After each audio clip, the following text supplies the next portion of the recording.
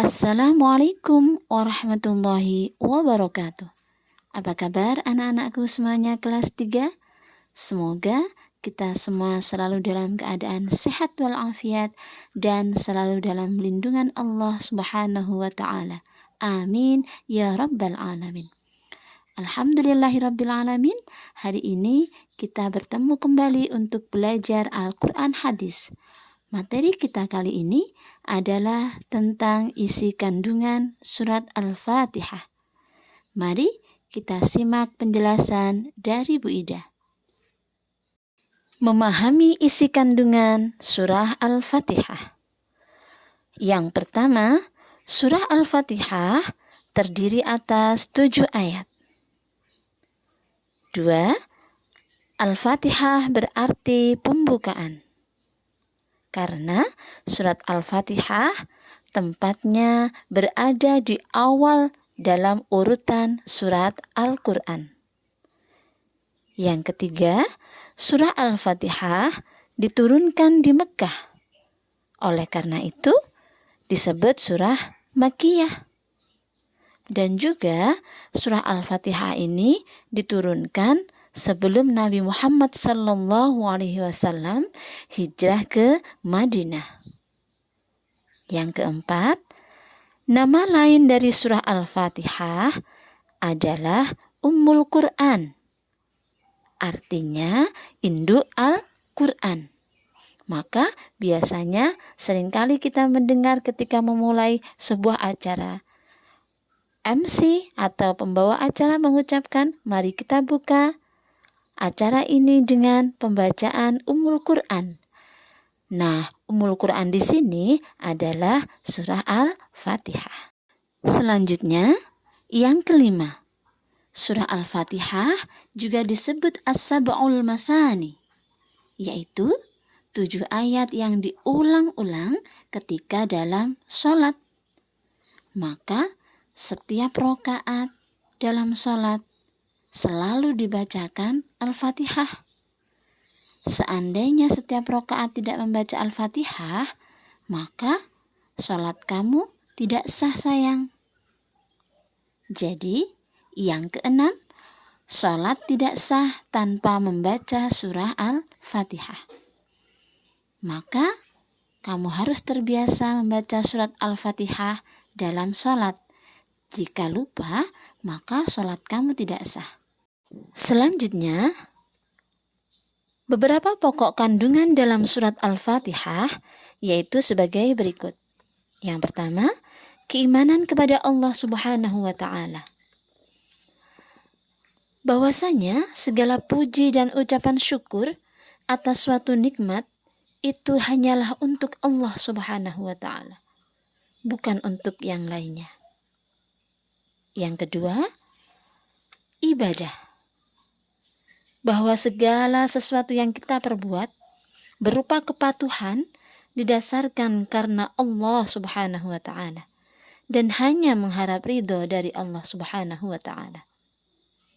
Hal ini sesuai dengan bunyi surat Al-Fatihah ayat kelima, yang artinya hanya kepada Engkaulah kami menyembah dan hanya kepada Engkaulah kami memohon pertolongan. Yang ketiga, tentang hukum-hukum dan pelajaran, yaitu jalan kebahagiaan yang harus ditempuh untuk memperoleh kebahagiaan di dunia dan akhirat.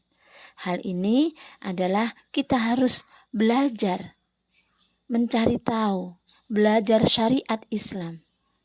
Manakah hukum-hukum yang benar, manakah yang salah, manakah yang halal, manakah yang haram. Hal ini harus kalian pelajari, karena supaya kalian mendapatkan petunjuk jalan yang lurus, yang diridhai oleh Allah Subhanahu wa taala. Hal ini sesuai dengan surat Al-Fatihah ayat ke-6 dan ayat ke-7, yang artinya, tunjukkanlah kami jalan yang lurus, yaitu jalan orang-orang yang telah Engkau beri nikmat kepada mereka.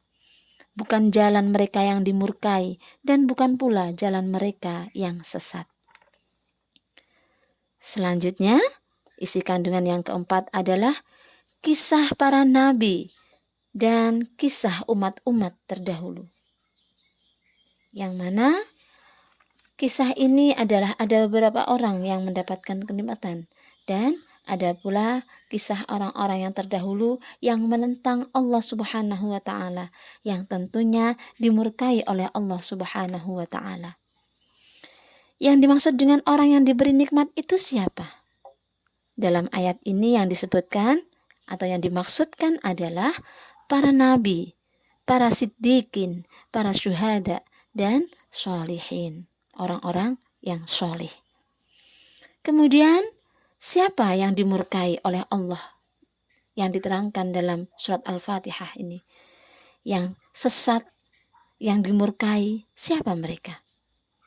Yaitu golongan orang-orang yang menyimpang dari ajaran Islam. Baiklah, sekarang ayo uji kemampuanmu dengan menjawab pertanyaan-pertanyaan yang ada di bawah ini. Yang pertama, membaca Al-Quran termasuk ibadah yang setiap hurufnya akan mendapat pahala. Demikian juga membaca surah As-Sab'ul Mathani, nama lain dari surah Al-Fatihah, juga termasuk ibadah anak-anak. Lalu, kenapa surah Al-Fatihah disebut As-Sab'ul Mathani? Yang kedua, di dalam terjemah surah Al-Fatihah terdapat kalimat, tunjukilah kami ke jalan yang lurus. Nah, apa maksudnya kalimat itu anak-anak? Yang ketiga, jelaskan kenapa surah Al-Fatihah itu diberi nama Al-Fatihah. Yang keempat, Azizah bangun kesiangan, sehingga pada saat sholat subuh, ia lupa tidak membaca surah Al-Fatihah. Nah, menurut kamu, sah atau tidak sholatnya Azizah? Kenapa? Berikan alasannya ya. Yang kelima, sebutkan 4 isi kandungan dari surah Al-Fatihah. Yang tadi sudah dijelaskan sama Bu Ida ya. Nah, itu tadi soal-soal yang Bu Ida berikan kepada kalian. Kalian tulis jawabannya di buku tulis kalian ya. Kalian foto dan kalian kirimkan melalui WA Japri ke Bu Ida ya. Tetap semangat anak-anak. Pantang menyerah, semoga mendapatkan ilmu yang barokah manfaat. Kurang lebihnya, Bu Ida mohon maaf. Wallahul muwaffiq ila aqwamit thoriq. Wassalamualaikum warahmatullahi wabarakatuh.